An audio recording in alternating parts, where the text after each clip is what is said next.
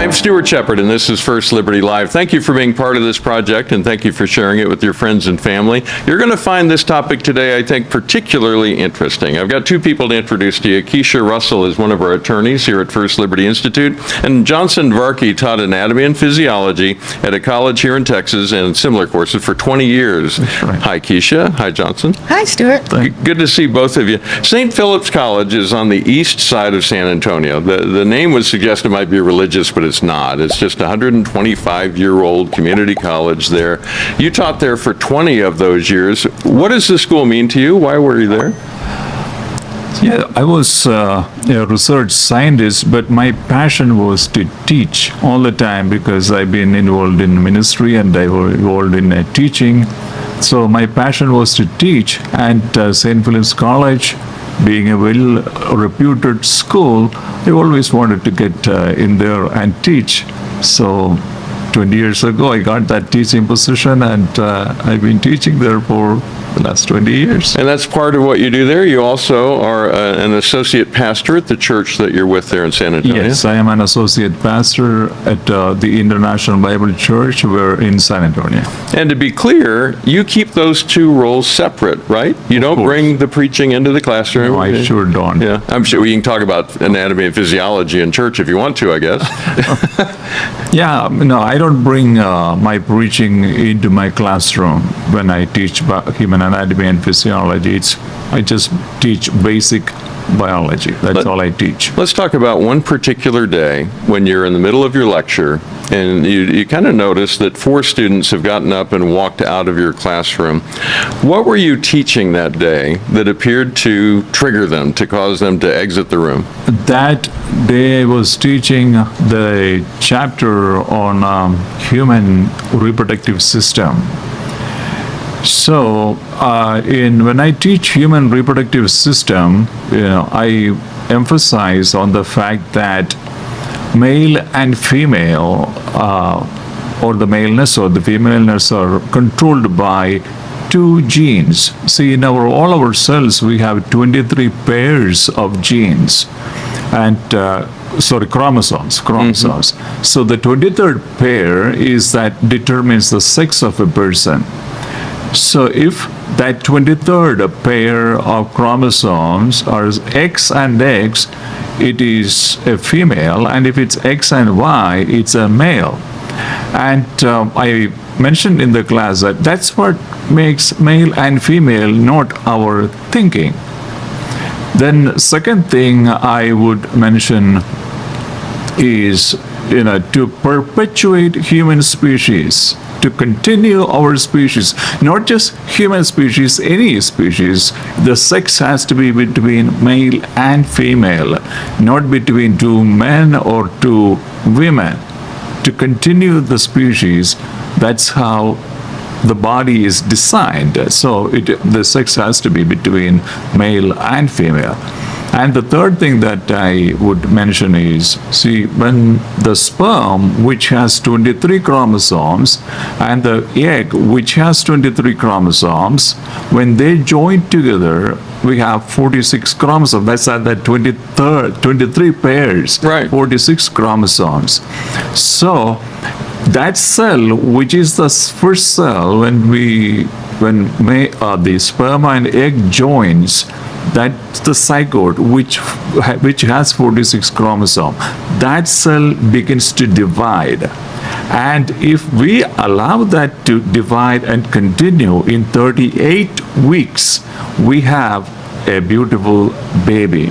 And in that whole process, after the formation of the zygote, we are not adding any information into that, and we are not deleting any information from that cell. It's a complete person. That's a complete. So that's why I mentioned to them that zygote is the beginning of life, not at birth.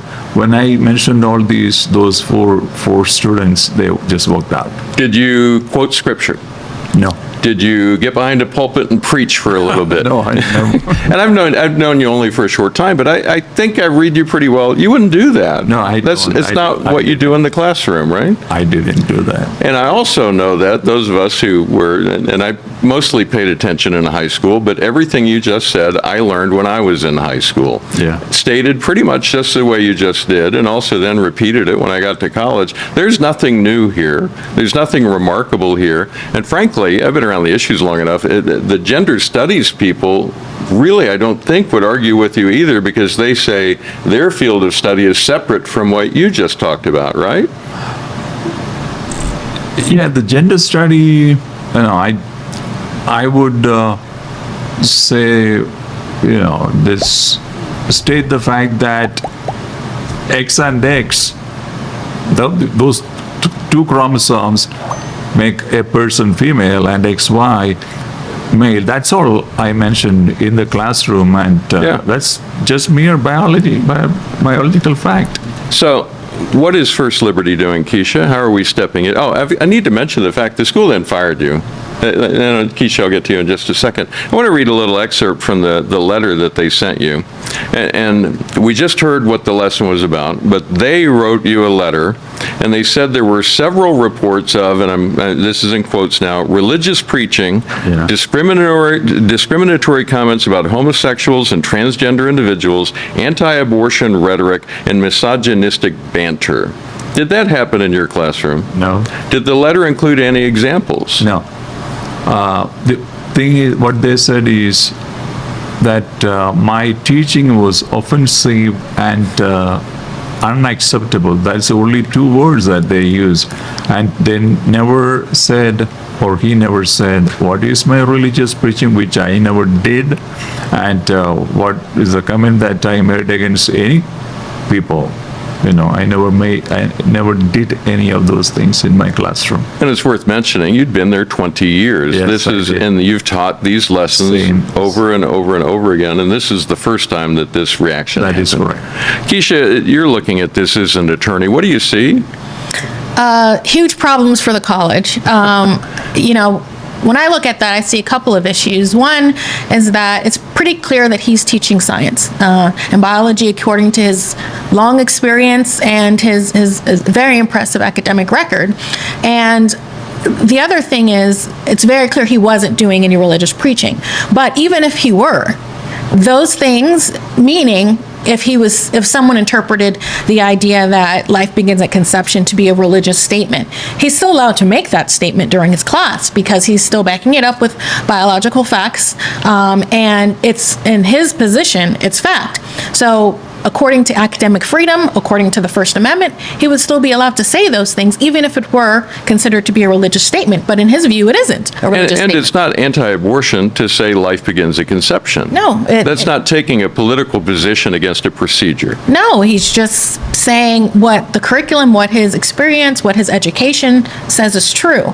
And that is something that he must do. And even further, the college didn't follow its own process, because even if they did receive comments and complaints, according to their process, he's supposed to receive those comments and those complaints and have an opportunity to respond. And neither was he able to see the complaints, nor was he able to respond to anything. He was just immediately fired. And so there are a lot of issues here, and a lot of bad things the college did to this professor. And she hit on a key point. You never got to face your accusers. You don't know who they are. No, I don't. And you didn't get to go through the process that the school has put in place, right? No, I don't. And Keisha, that puts the school, frankly, in a bad position, because they didn't even follow their own rules on this. Yeah, that's right. And, besides the fact that this is unlawful under federal employment law, right? If they're considering his statements to be religious, they can't fire him for that reason anyway. You can't fire someone for being a religious person, for even saying, these things. And so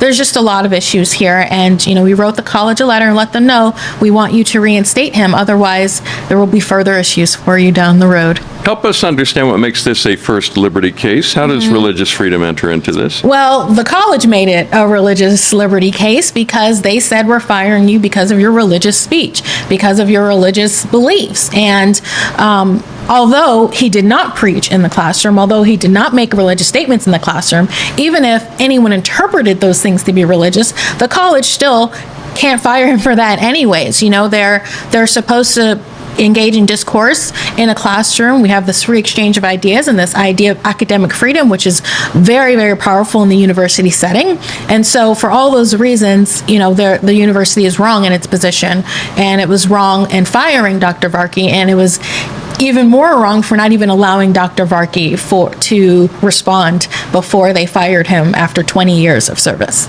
And one important part of this also, on top of all that is, I assume you had a syllabus for your class, right, that you hand out, and that's approved by the college, correct? Yes. So they put their stamp of approval and said, yes, go teach this. Yes. It seems wrong that they come back and say, but not like that. Yeah, the syllabus, textbook, all the notes, everything is provided by the department. So we just follow the syllabus, we follow the textbook, follow the notes that the department gives. So that's all I did. What would you like to see happen? As Krish has said, I want my position back. You know, they need to reinstate me back, and help me to do what I love to do, which is to teach. All right. Keisha, anything else you'd like to share before I let you go? No, I just want to thank you for having us on, allowing Dr. Varkey to share his story, and just to tell anyone else that if they experience anything like that, they need to contact us at firstliberty.org, and we'll see how we can help. Very good. Dr. Varkey, Keisha, thank you so much for making time for us today. Thank you. We're wishing you the best. We'll be at your side every step of the way. Thank you. All right. If you like the idea of a legal organization pushing back against this kind of thing, would you consider supporting our work here at First Liberty? This is what we do. It's an important aspect of the work that we do every day.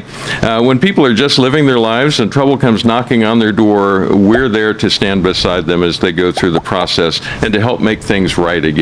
So on firstlibertylive.com, just look for the big red Give button up at the top of the page. First Liberty is fighting for what matters most.